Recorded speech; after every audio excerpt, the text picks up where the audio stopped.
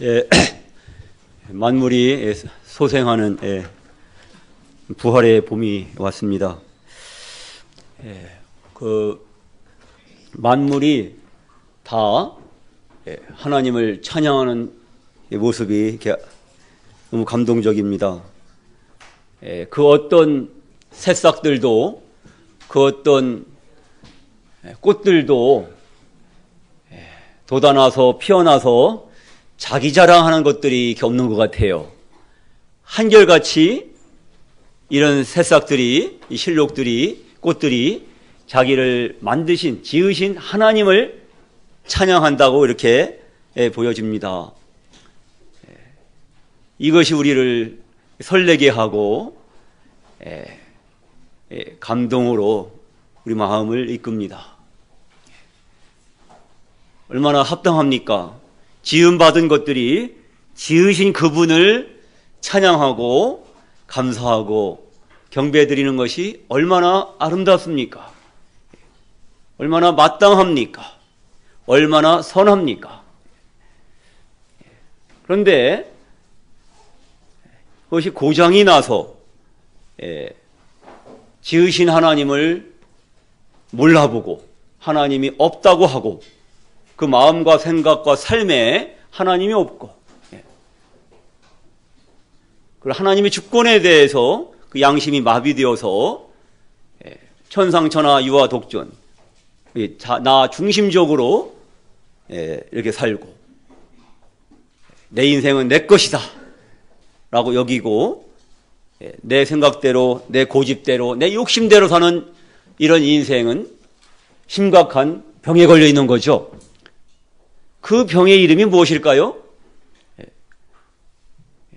주인을 몰라보고 나밖에 몰라요. 나 속에 갇혀 있어요. 무슨 병일까요?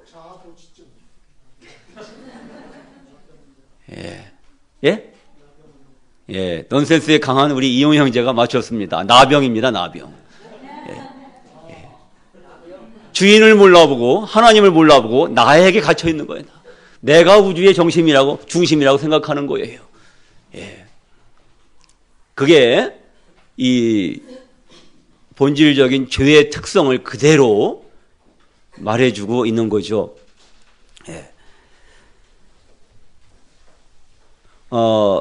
이 이사야 14장에 보면은 이제 사단을 표현할 때에 그가 심각한 이 나병이 걸렸던 것을, 영적 나병이 걸렸던 것을 보게 됩니다.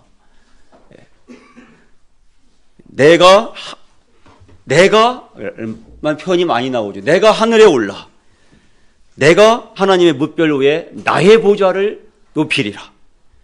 내가 북극지피의 산 위에 앉으리라.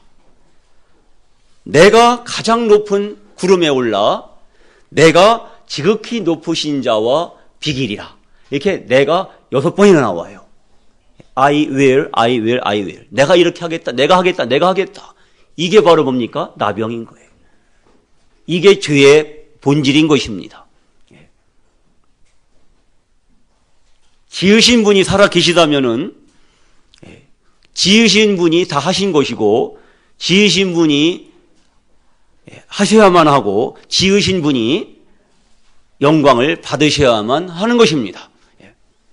피조물 된 자가 내가 하겠다고 이렇게 나서면은 그것이 바로 지으신 자를 반역하는 것이고 그게 죄라고 하는 거죠. 그래서 사단이 바로 이 나병 환자의 시초가 아닐까. 하늘에서 반역이 일어났고 그 반역이 이제 에덴 동산에서도 이게 일어났습니다. 천상의 반역에 이어서 지상의 반역이 일어나고 이 아담과 하와의 불순종에 의해서 영적 나병에 걸려버리고 이 죄가 모든 사람을 정복하게 되는 이런 참사를 야기하게 됩니다. 그래서 오늘 이 나병에 대해서 좀 생각해 보겠습니다. 레위기 13장을 가보시겠습니다.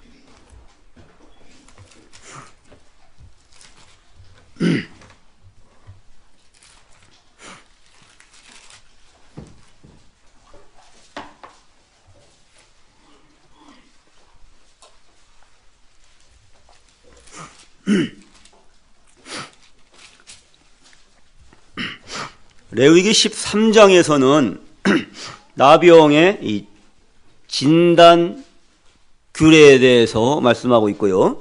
레위기 14장에서는 나병 환자가 나음을 받고 정결케 되는 정결 규례를 말씀하고 있습니다. 13장은 진단 규례, 14장은 정결 규례라고 이렇게 보면 됩니다. 13장 2절입니다. 2절부터 8절까지 저와 함께 교독하겠습니다. 만일 사람이 그의 피부에 무엇이 돋거나 뾰루지가 나거나 색점이 생겨서 그의 피부에 나병 같은 것이 생기거든 그를 곧 제사장 아론에게나 그의 아들 중 한 제사장에게로 데리고 갈 것이요.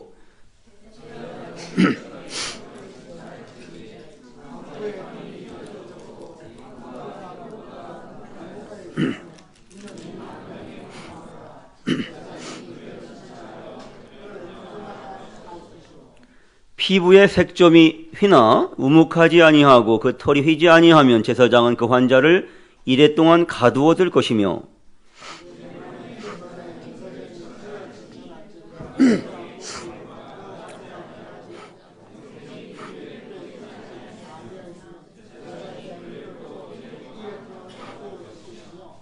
이래 만에 제사장이 또 진찰할지니 그 환부가 열버졌고 병색이 피부에 퍼지지 아니하였으면 피부병이라 제사장이 그를 정하다 할 것이요 그의 옷을 빨 것이라 그리하면 정하리라.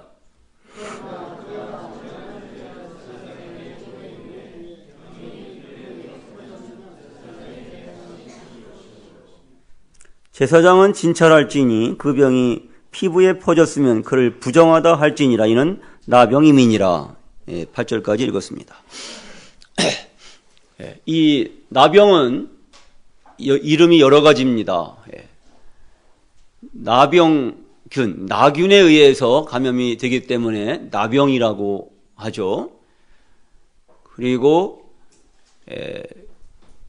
이제 나균이 이게 말초신경에 침투해서 피부가 감각을 잃어버리고 뭐 손가락이 뭐 이렇게 떨어지고 이렇게 썩어 문드러져 가는 그런 병입니다.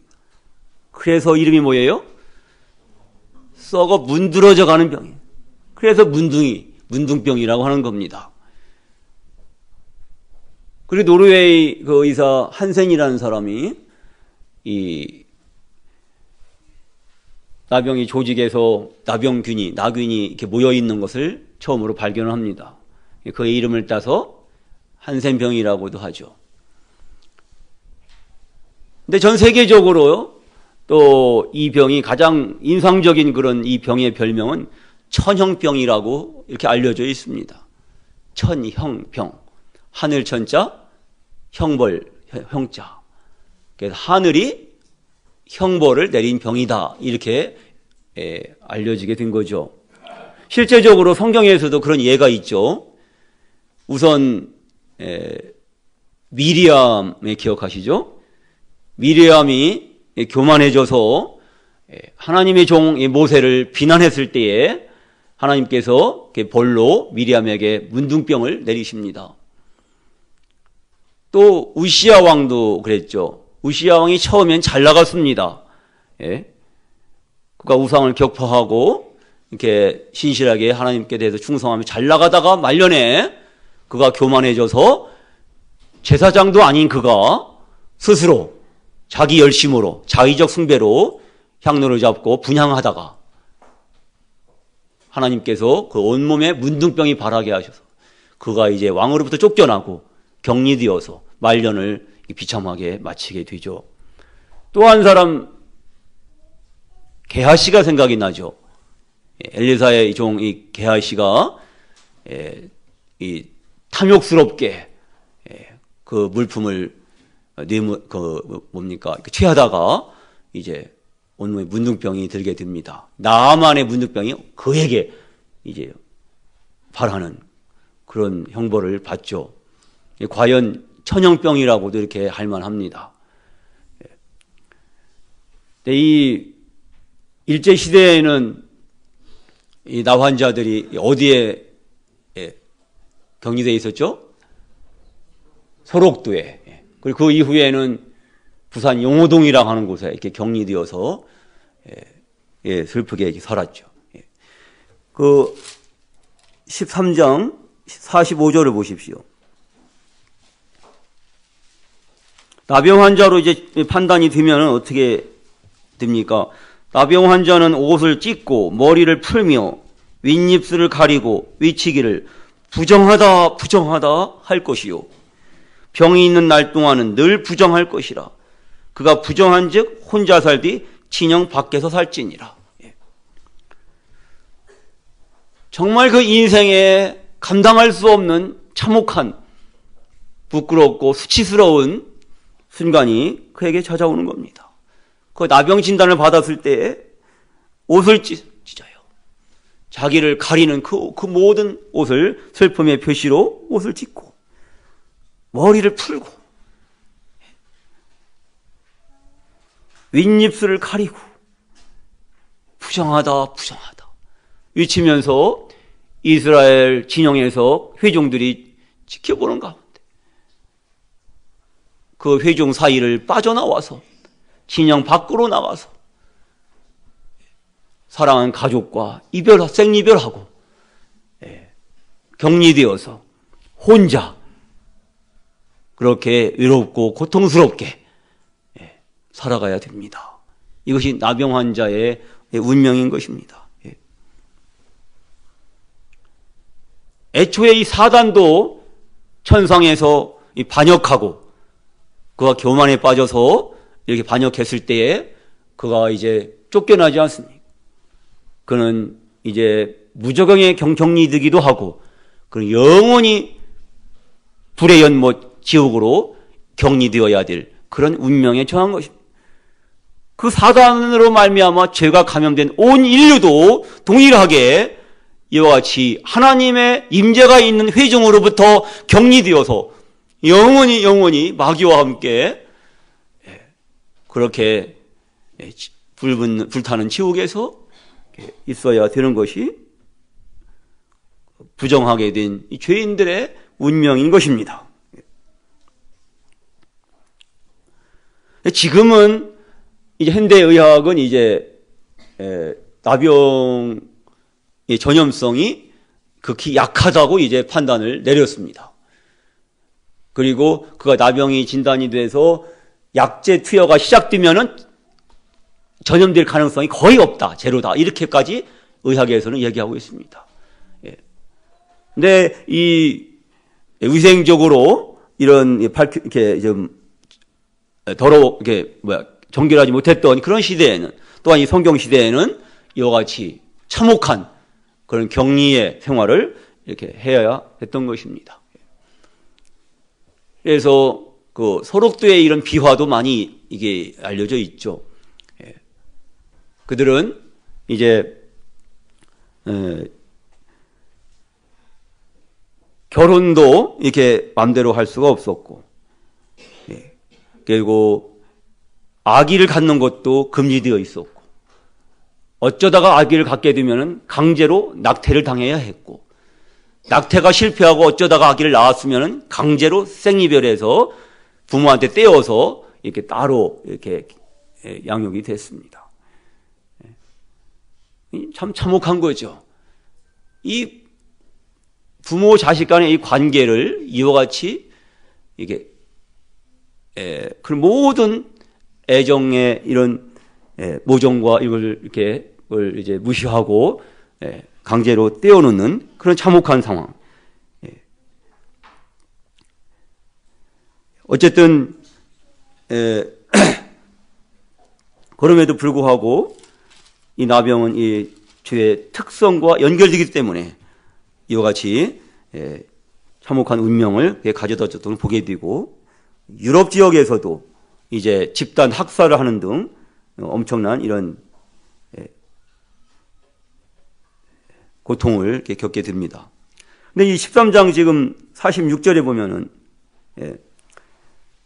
그가 언제까지 혼자 살뒤 진영 밖에서 산다고 했습니까?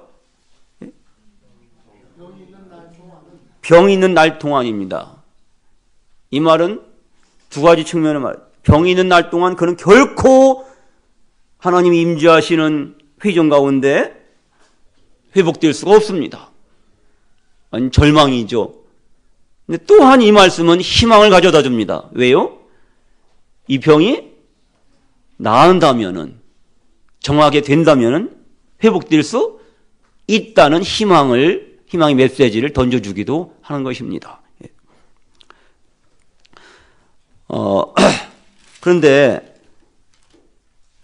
13장 12절을 보십시오. 참 신기한 말씀이 있습니다.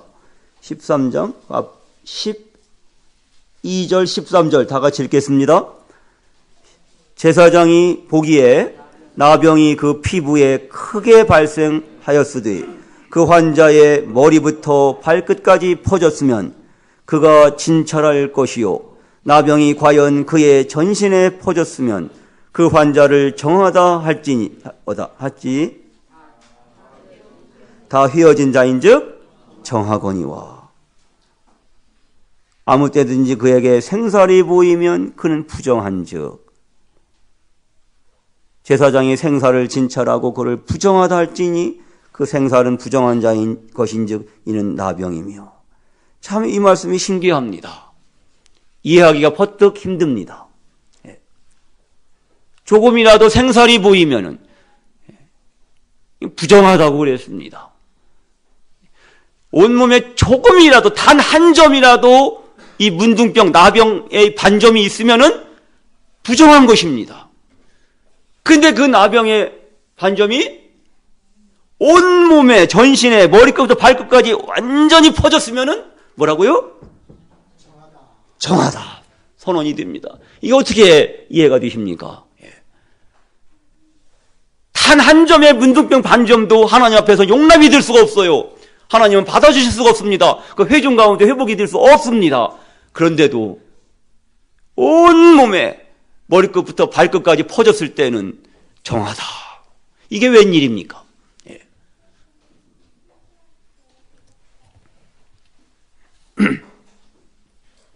참 흥미진진한 말씀이고 신비한 말씀입니다. 우리는 하나님 앞에서 예수님께서 처음으로 복음을 전하실 때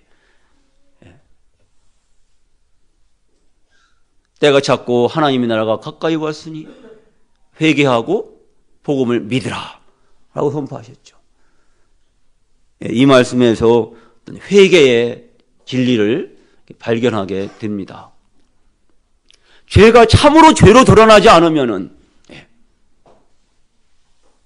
참으로 회개에 이르지 않으면은 믿음도 헛것이고 구원받을 수 없다는 그 진리를 말해주는 것입니다. 죄악이 하나님의 은혜와 어린 양의 피에 의해서 온전히 처리되고 해결되는 때는 언제입니까? 그 죄악이 발끝에서 머리끝까지 철저하게 숨김없이 드러났을 때인 것입니다.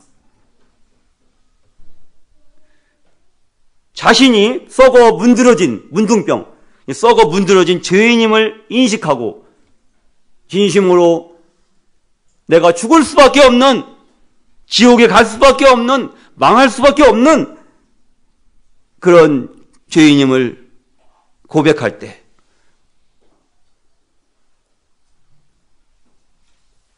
나 자신에 갇혀있던 그런 생각이 이제 하나님께로 돌아설 때 그때 진실로 회개가 이루어지는 것입니다. 그 순간에 하나님께로부터 값없이 그분이 하사하시는 은혜가 흘러 들어가는 것입니다. 그렇게 구원의 선물은 주어지는 것입니다. 누가복음 18장 13절에 보면은 세리의 기도가 나옵니다. 세리는 가까이 나가지도 못합니다. 성전에 멀리 서서 감히 하늘을 우러러 보지도 못하고 하나님이여 나를 불쌍히 여기소서. 나는 죄인입니다. 그는 하나님 앞에 어떤 자기가 행한 선한 행위도 내세우지 않습니다. 바리새인은 자기가 11조를 드린 것과 금식한 것과 하나님 위에 산 것을 자기 행위를 내세우지만 그게 곧 사실은 영적 나병이거든요. 근데 이 세리는 하나님 앞에 자신의 어떤 정당한 행위도 내세우지 않습니다. 세리가 하나님 앞에 하는 행위가 있다면 하나님 앞에 나온 것뿐이고 자기 가슴을 친 것뿐입니다. 가슴을 치며 나는 죄인입니다. 주님 저를 불쌍히 여겨주십시오. 이것이 참된 회개였기 때문에 그는 의롭다함을 받고 돌아갈 수 있었습니다. 하나님의 의는 반드시 회개하는 영혼에게만 내려지는 선물인 것입니다. 나 중심적으로 살다가 내 인생 내 것으로 여기고 내가 모든 걸 계획하고 나를 위해서 탐욕스럽게 챙기고 그렇게 고집스럽게 살던 인생이 회개하지 않고 지식으로만 머리로만 내 죄가 용서됐고 구원을 받았노라고 간증한다면은 그 구원은 참된 구원이 아닌 것입니다. 그럴 수가 없는 것입니다. 죄가 온전히 죄로 드러나지 않을 때에는 결코 구원도 없는 것입니다.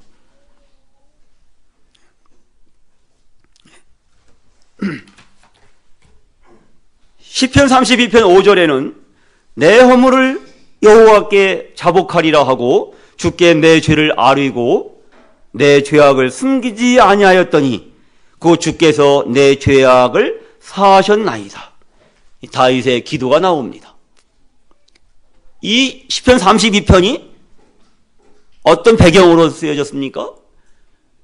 시편 51편과 동일하게 밧세바를 범하고 그 남편 우리아를 쳐 죽인 간음하고 살인한 이 천인공노할 범죄가 있은 다음에 그때에는 이미 다윗은 사실은 영적인 나병에 그가 걸렸었던 거예요. 완전히 정신이 나간 거죠. 하나님께 대해서 마비됐던 거죠. 양심이. 그러기에 양심이 완전히 마비됐기에 나병이 걸렸기에 그가 그런 범죄를 저질렀지 어떻게 가능하겠습니까? 예. 처음에는 그가 범죄하고서도 자기 죄를 몰랐어요. 하나님께서 사랑하사 나단을 보내서 죄를 지적하신 자시자 즉시로 다윗은 회개하게 이릅니다. 예. 그가 진정으로 하나님 앞에서 자기 죄를 숨기지 않고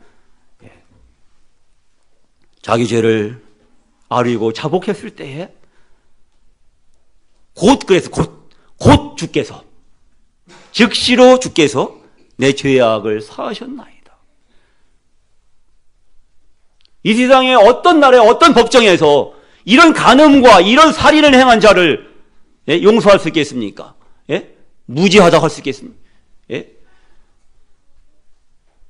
그런 자도 회개했을 때 하나님 앞에서는 정하다. 하나님께서는 깨끗하다. 라고 선언해 주셨던 것입니다. 이 세상에는 존재할 수 없는 하나님의 은혜인 것입니다.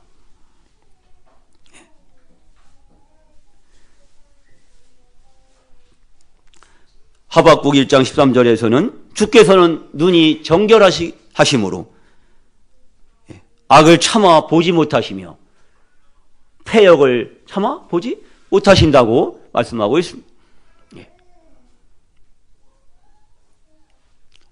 단 하나의 문둥병 반점이라도 있을 때 하나님 앞에서는 그것이 연락이 될 수가 없는 것입니다. 하나님께 받아들여질 수가 없는 것입니다. 용납이 될 수가 없는 것입니다. 반드시 그것은 부정한 것이며 그것은 반드시 영원한 경리의 심판을 받아야 마땅한 것입니다.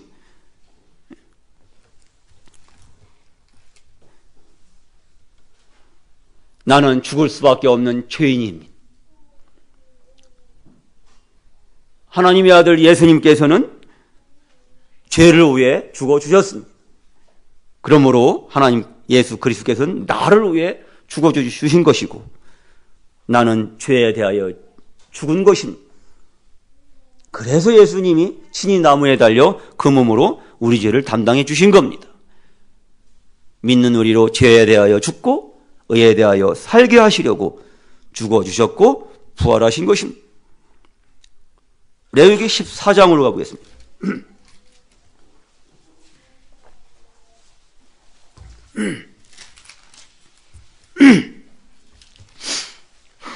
레위기 14장 1절로 9절, 홀수는 형제님들, 짝수는 자매님들 이렇게 읽으시겠습니다. 시작.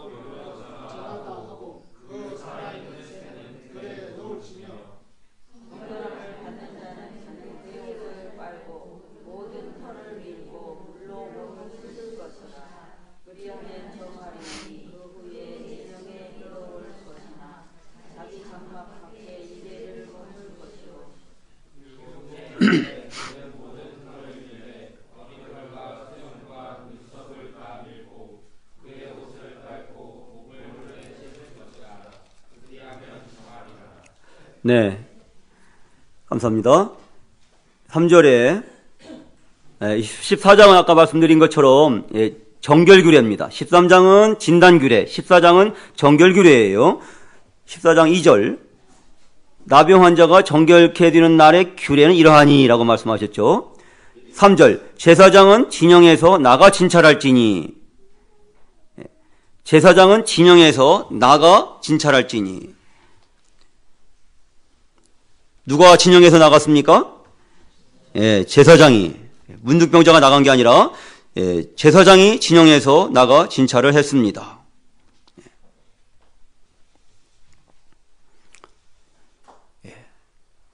죄인은 진영 밖에서 혼자 격리되어서 그렇게 말할 수 없는 고독과 외로움과 그런 절망 속에서, 고통 속에서 혼자 지내야 됩니다. 그가 할 수 있는 것이라고는 아무것도 없습니다. 진영에서 나온 것은 제사장입니다. 하나님 아버지의 그 사랑의 품속에 계셨던 독생하신 하나님, 우리 예수 그리스도께서 그 영광을 버리고 하늘 진영에서 나오셔서 사람의 누추한 육체를 입으시고 육체 가운데 임하셨습니다. 모든 것은 그 제사장에게 달려 있었습니다. 모든 것은, 모든 구원의 능력은 우리 주 예수 그리스도 그분께 달려 있는 것입니다. 여기서 새 두 마리가 이제 드려집니다. 한 마리는 흐르는 물 위에서 질그단에서 죽임을 당합니다. 또 한 마리는 백향목과 홍색실과 우슬초를 가져오게 해서 그걸로 그 피를 찍어서 살아있는 다른 새 한 마리의 날개에 그 피를 바릅니다. 그리고 그 새는 날려보냅니다. 이 죽은 새의 피를 찍어서 백향목, 홍색실, 우슬초로 찍어서 이제 정결케 함을 받을 자에게 7번을 뿌려서 정하다라고 선언을 합니다. 바로 질그단에서 죽임을 당한 이 새는 우리 주 예수 그리스도의 이런 십자가의 희생을 말하는 것입니다. 그리고 그 죽임당한 새의 피를 날개에 찍고 들려 노임을 받은 이 날아간 새는 바로 부활하신 우리 주 예수 그리스도를 말하는 것입니다. 우리 주 예수 그리스도의 죽으심과 부활, 이것이 곧 복음이고, 이 복음이 이 사람을 정결케 선언할 수 있도록 능력을 발휘한 것을 보게 됩니다. 홍색 실은, 이 빨간 실은 바로 우리 주 예수 그리스도의 보혈의 공로를 의미하는 것입니다. 이 보혈의 공로로 말미암아 우리의 죄가, 우리의 정죄가 영원히 종료됐다고 하는 사실을 선언하는 것이 바로 이 홍색 실입니다. 이 백향목은 팔레스타인 지역의 의리의리한 이 교목들입니다. 이것은 세상의 이런 유혹을 말해줍니다. 우슬초는 이 팔레스타인 지역의 아주 작은, 그냥 흔하디 흔한 그런 풀의 일종입니다. 바로 우리 육신의 이런 죄들을 말하는 것입니다. 이 세상의 유혹과 이 육신의 반역들 모든 죄를 아울러서 이것이 죽임당한 새의 피가 묻힌 바 되었습니다. 우리의 죄들이, 우리의 허물이 그리스도의 보배로운 피로 말미암아 완전히 속죄된 것을 선언하고 있습니다. 또한 그 날개의 기세에 죽은 새의 피를 바르고 날아간 그 새는 바로 죽은 자 가운데서 부활하시고 승천하셔서 하늘 지성소로 들어가셔서 자기 피를 가지고 들어가셔서 그 하늘 지성소에 그 피를 뿌리신 우리 주 예수 그리스도, 부활하신 예수 그리스도를 말하는 것입니다.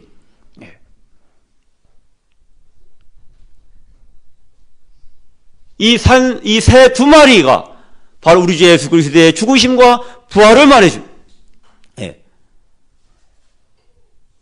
우리 주님이 십자가에서 죽어주시기만 하시고 다시 살아나지 못하셨다면은 결코 하늘 지성소에 그 피가 뿌려질 수가 없었고, 우리는 하나님의 아들을 죽인 죄를 더해서 영원히 형벌을 받아야 될 것입니다. 또한 그분이 십자가에서 우리의 죄를 처리해 주지 않으셨다면은, 그분이 죽음을 당해 주지 않으셨다면 그분의 부활도 의미가 없는 것입니다. 그분은 우리 죄를 위해서 죽음을 당하셨고, 그분은 우리를 의롭다 하시기 위해서 부활을 하셨던 것입니다. 그분의 죽으심과 부활의 이 복음을 통해서 우리가 정결함을 받았습니다. 정결함을 받은 자는 그의 옷을 빨고 모든 털을 밀고 물로 몸을 씻었습니다. 그 후에야 진영 밖에 들어올 수 있었습니다. 솔로몬 성전에는 이 나병 환자의 정결탕이 있었다고 합니다.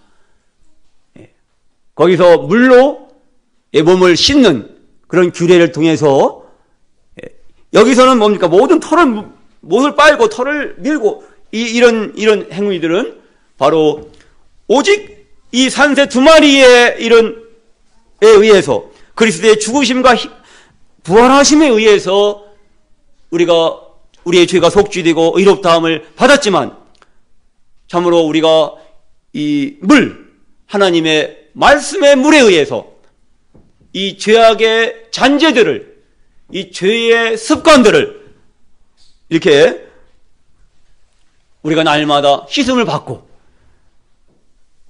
그런 상태가 돼야만 하나님의 임재하시는 이 회중 가운데서 우리가 함께 떳떳하게 당당하게 예배드릴 수 있고, 그 교제를 즐길 수 있고, 화목제를 드려주신 그리스도 안에서 우리가 하나님과의 화목을 즐길 수 있다는 것입니다.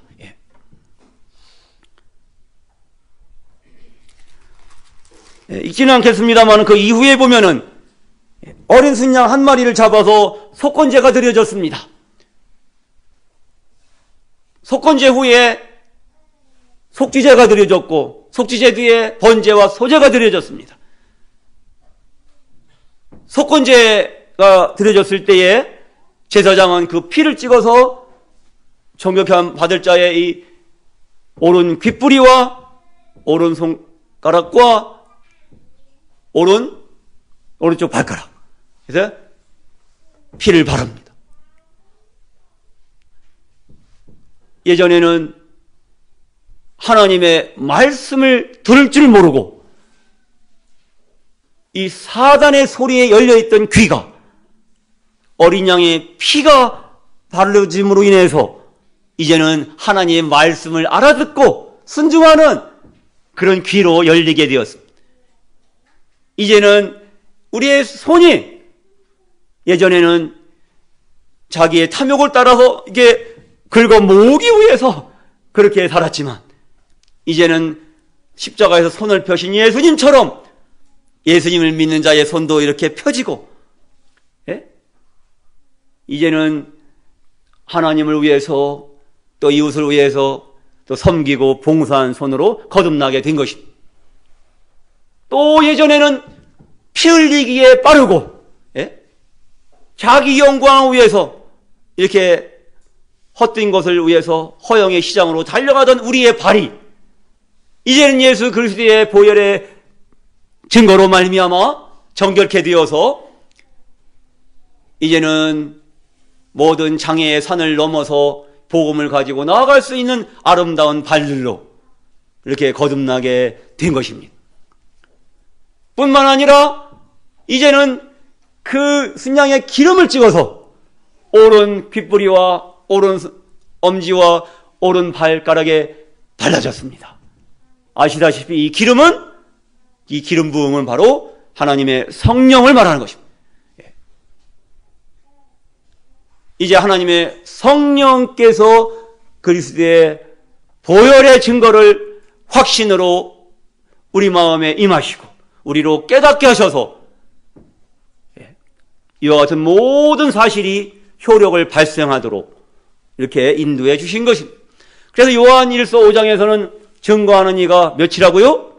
증거하는 이가 셋이니 이 셋이 합하여 하나이니라. 바로 성령과 물과 피라. 이 물은 하나님의 말씀이요, 피는 그리스도의 보혈이. 그러나 증거하시는 성령께서 역사하지 않으시면은 그 모든 것이 우리에게 효력을 발생할 수 없는 것입니다. 그래서 하나님의 아들께서 보혈을 흘려주시고 또 그분의 정결케 하시는 말씀으로 또 무엇보다도 하나님의 성령께서 우리 마음을 모든 진리 가운데 인도하셔서 하나님 말씀을 깨닫게 하시고 믿음으로 화합할 수 있도록 도와주시고 우리의 눈을 열어주셔서 우리가 복음 진리 가운데 나아가고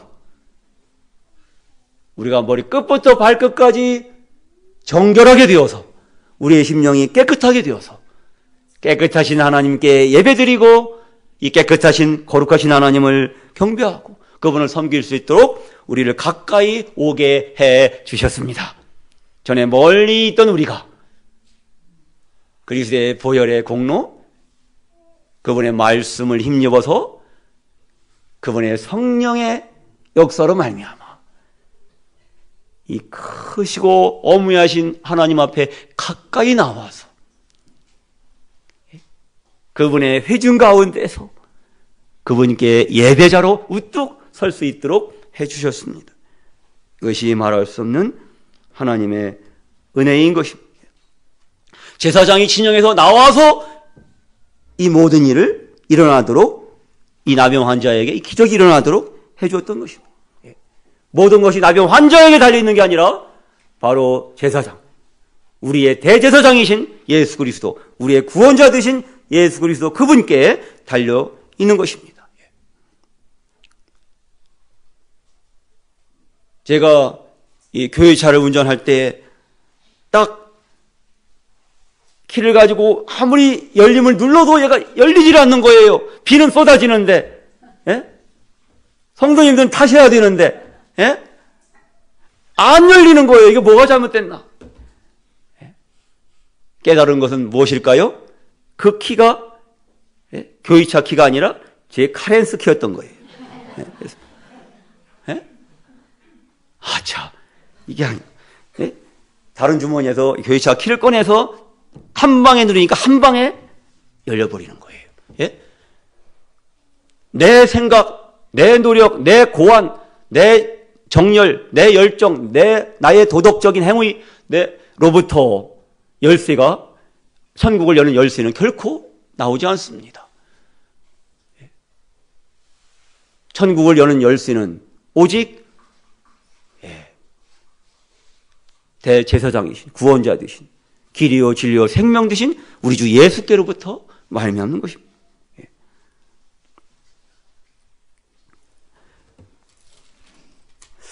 참 그 신기한 말씀, 아까 읽었던 말씀 다시 볼까요? 13장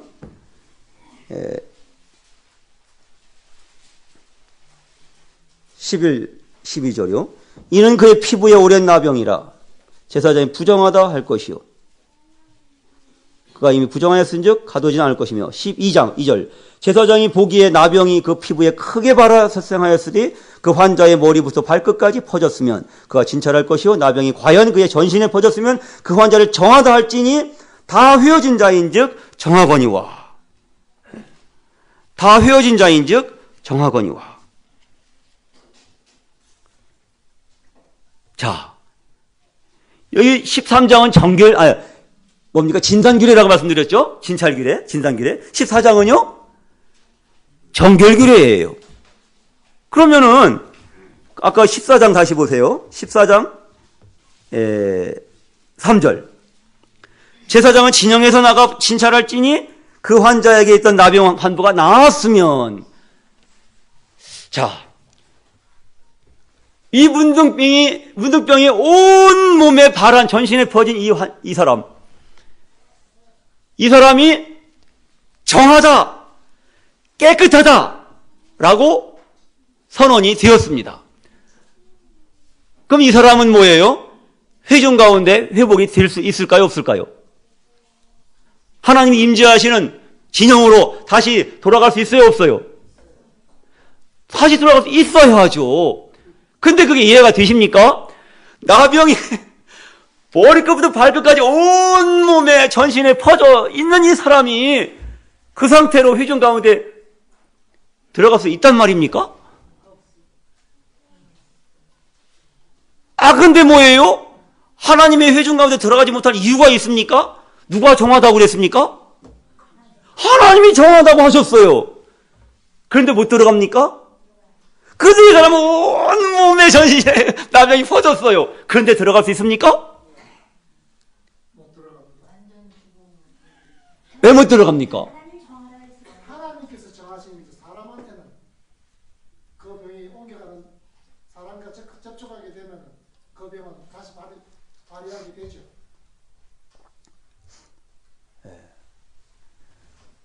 동의하십니까? 하나님은 정하다고 하셨지만 사람한테는 전염이 되니까 부정한 거네요. 그래서 회중 가운데 들어갈 수 없고 여전히 진영 밖에서 혼자 고통스럽게 외롭게 살아야 될까요? 제가 이 문제로 많이 고민하면서 기도하면서 또 이 문제에 이렇게 또 이게 많은 정보를 알고 있는 이광구 형제님하고 또 교제하면서 연구를 했는데 결론은요, 이 환자가 나은 겁니다. 저는 양심적으로 제 분별로 이가 치유가 됐다고 저는 이렇게 결론이 났습니다. 제 영혼 안에서, 제 마음 안에서 결론이 됐습니다. 이것은 만에 하나 그렇지 않을 수도 있거든요. 그러나 제가 현재 깨닫기로는, 확신하기로는 치유된 겁니다. 그래서 여기서 14장은 이 정결규례인데요. 뭐라 그랬어요? 제사장 진정에 나가서 진찰할지니 그 환자에게 있던 나병 환부가 나았으면 그랬습니다. 나았으면. 예. 나은 겁니다. 그 실제적으로 여러 번역들은요, 예? 여러 번역을 살펴봤는데요. 어떤 번역들은 이 13장 12절, 13절.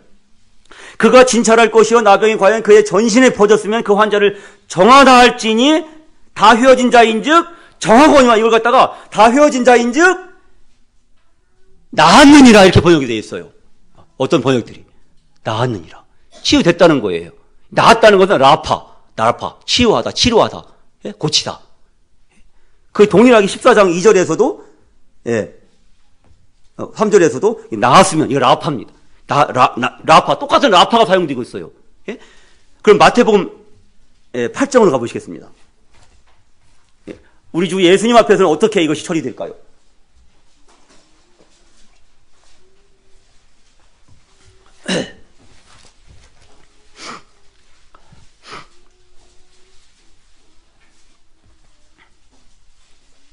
마태복음 8장에 또 문둥병자가 나옵니다. 8장 1절. 예수께서 산에서 내려오시니 수많은 무리가 따르니라.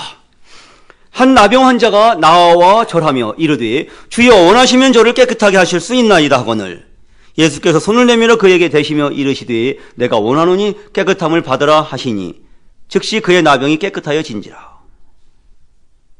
자, 여기서 이 말씀과도 연결이 됩니다. 주여 원하시면 저를 깨끗하게 하실 수 있나이다. 예수께서 손을 내밀어 그에게 대시며 이르시되 내가 원하노니 깨끗함을 받으라 하시니 즉시 그의 나병이 깨끗해진지라. 어떻습니까? 즉시 그의 나병이 깨끗해졌다고 하는 것은 뭐예요? 나병이 나았다는 거예요. 예? 그 나병이 온 전신에 퍼진 자에게 그 진찰하고서 제사장이 이렇게 정하다라고 선언했을 때에 정하다라고 선언했을 때 그 정한 것이 뭐예요? 깨끗한 거예요. 이 같은 단어인 것입니다. 예. 깨끗하게 됐다는 건 나았다는 겁니다. 예. 그래서 어떻게 설명하기가 곤란합니다. 이것은 오늘날 일어나는 현상이 아니기 때문에 우리가 설명하기는 곤란하지만 결론은 나았다는 겁니다. 나았고 그가 산새 2마리의 이런 희생 제물에 의해서 뭐예요? 그 완벽하게 정결하다는 선언을 받고 회중 가운데 회복이 되는다는 얘기죠. 예.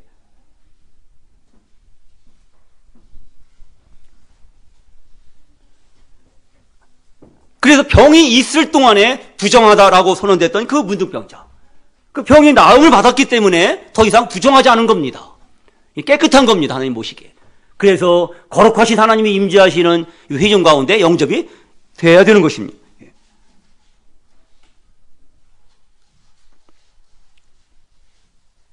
우리가 이런 은혜를 입은 것입니다. 여기 마태복음 8장에 나오는 이 나병 환자가요, 지금 이 말씀이 어떤 장면이 이어지느냐? 마태복음 5장, 6장, 7장에 뭐라고 알려져 있습니까? 예? 산상순이죠. 산상순, 산상설교, 산상순. 그래서 그 바로 뒤에 이 기사가 이어지고 있습니다. 그래서 이 문둥병자, 이 나병 환자는 이제 산상수훈에서 이렇게 하나님 말씀을 선포하신 예수 그리스도를, 예? 아마 그 현장에 있었을 수도 있고, 아니면 들었을 수도 있고, 어쨌건 예수님에 대해서 들은 겁니다. 이 예수님은 정말로 하나님의 아들이시다.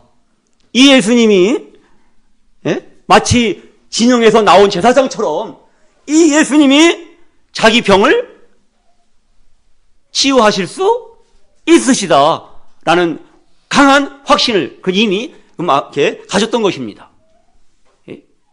그런데 한 가지 문제가 있었습니다. 예수님은 하나님의 아들이시고 예수님은 능히 이 더러운 이 지긋지긋한 이 질병을 고치실 수 있는 분이다. 거기까지 좋았는데 한 가지 확신할 수 없는 것 뭐예요? 그분이 내 문둥병도 고쳐주기를 원하실까? 이겁니다. 그분이 원하실까? 나 같은 죄인도 나같이 썩어 문드러진 죽을 수밖에 없는 내 양심이 내 죄를 증거하는데, 예? 다른 사람은 다 몰라도 나는 숨긴 죄가 있고 난 이렇게 더럽게 살았는데 예? 이런 나도 용서해 주실까? 그건 확신할 수 없었던 거예요. 예? 그분이 정말 나를 구원해 주길 원하실까? 예? 그래서 뭐라고 말해요? 원하시면 예? 주여, 주님이라 고백합니다. 주여, 원하시면 저를 깨끗하게 해줄 수 있습니다. 근데 얼마나 주님 감사합니까? 뭐라 했어요? 내가 원하노니. 내가 원한다고 하신 거예요. 이게 저에게도 그대로 적용이 되는 거 있죠. 예? 세상 죄를 용서하신 주님이 정말 내 죄도 완벽하게 용서하신 건가? 날 구원하신 건가? 여러분, 우리는 100% 확신을 가지셔도 좋습니다. 예수님은 나는 죽을 수밖에 없는 죄인입니다. 예수님은 죄를 위해 죽으셨습니다. 그러므로 예수님은 나를 위해서도 죽어주신 겁니다. 예. 친히 나무에 달려 그 몸으로 우리의 죄를 담당하셨습니다. 베드로 사도가 그 구절을 적을 때에 친히 나무에 달려 나 베드로의 죄를 담당하셨다. 이렇게 적지 않기를 얼마나 잘했습니까? 예? 친히 나무에 달려 우리의 죄를 담당하셨기 때문에 예? 저 아프리카에 있는 예? 저 미국에 있는 한국에 있는 남자 여자 빈부 귀천 그 죄가 크고 작고 예? 모든 것을 차별하지 않고 모든 믿는 자에게 구원을 주시는 하나님의 복음의 능력이 나타난 것입니다. 예. 이것이 기적인 겁니다. 예. 실제로 그 나병 환자가 이제 진단을 받고도 정하다 선언됐을 때 어떤 과정으로 나음을 받았는지 모르겠습니다. 저도 설명할 수 없고 의학도 설명할 수 없습니다. 예. 어쨌든 기적이 일어난 겁니다. 사실 그렇잖아요. 나 같은 죄인이 구원받고 성도들의 회중 가운데서 하나님께 예배드리는 자로 있다는 거. 이게 기적 아닙니까? 기적이죠. 예? 그 기적이 일어난 거예요. 하나님이 정하다고 선언하셨는데 그 누가 우리를 정죄하겠습니까? 누가 믿는 자를 정죄하겠습니까? 의롭다 하시는 하나님이시니 예? 누가 우리를 정죄하리요? 자기 아들을 아끼지 아니하시고 우리 모든 사람을 내어주신 그분이 우리에게 필요한 모든 것을 다 아시고 은사로 예? 허락해 주지 않으시겠습니까?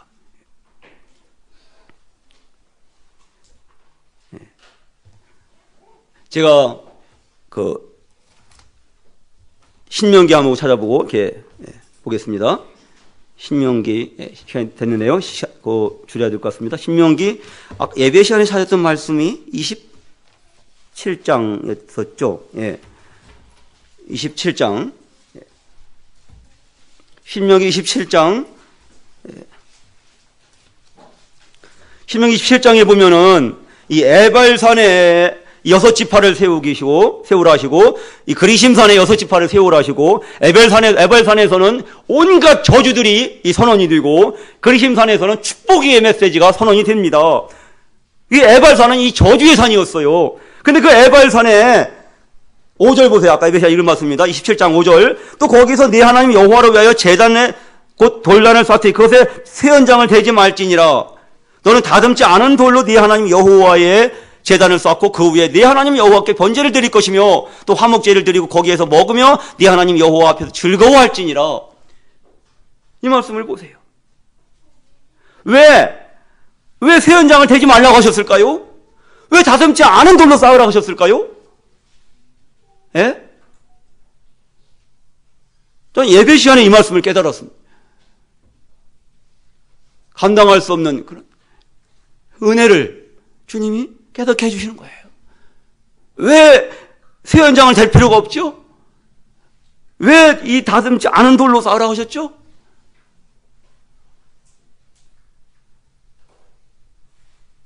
더 이상 나는 이 세연장에 의해서 다듬어질 수도 없고 세연장에 의해서 다듬어질 필요도 없게 된 것입니다. 왠지 아세요? 하나님의 아들이, 거룩하신 하나님의 아들이, 예? 죄를 알지도 못하시는 순결하신 하나님의 아들이 그 세연장으로 다스려 지셨습니다. 그 쇠연장에 의해서 그분은 십자가에 못 박히셨고 수족이 못 박히셨고 그 심장이 찔리시고 찢어지셨습니다. 그런 그분의 고귀한 희생이 치러졌기 때문에 우리는 더 이상 쇠연장으로 나를 다듬으려고 스스로 그렇게 노력하고 그렇게 헛수고할 필요가 없습니다. 우리는 이제 쇠연장으로 자신을 다스릴 것이 아니라 쇠연장으로 다스려 주신 그분은 이 에발산에서 완전히 우리의 저주를 짊어지신 그리스도 예수 그분이 계시기 때문에 이제 우리는 뭐예요? 그분을 바라보면 되는 거예요. 이제는 예수님은 쇠연장으로 다스려 주셨지만 그분 자신을 들으셨지만 우리는 뭐예요? 이제 그 예수 그리스도의 사랑의 강권함에 의해서 우리는 다듬어지는 것입니다. 여러분, 더 이상 쇠연장으로 율법으로 도덕으로 종교로 우리를 다듬을 필요가 없어요. 우리 모습 그대로 나아가면 주님이 언제라도 마음을 활짝 열고 가슴을 활짝 열고 그 뜨거운 가슴을 받아주시는 거예요. 그리스도 안에서 우리는 연합이 되는 겁니다. 그분의 사랑이 이제는 우리를 다듬어 가시는 거예요. 그분의 아름다운 형상으로 비춰지도록. 아시겠습니까?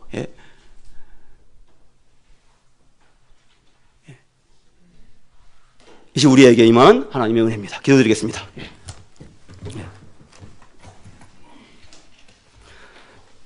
오 사랑의 주님,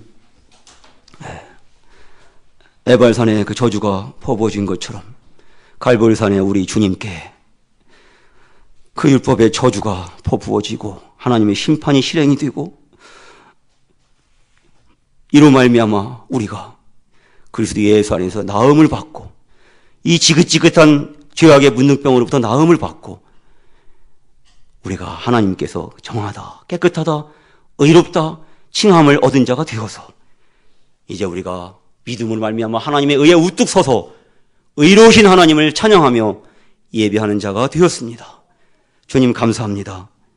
이와 같이 우리를 사랑하시고 은혜를 주셨사오니 이제 우리가 우리 주님을 날마다 바라보며 주님의 사랑으로 강건함을 받아 그 사랑으로 우리의 모든 모난 것들이 다듬어지고 연단이 되고 하나님 아들 우리 주 예수 그리스도의 형상을 닮은 그런 자로 나타나기를 간절히 원합니다.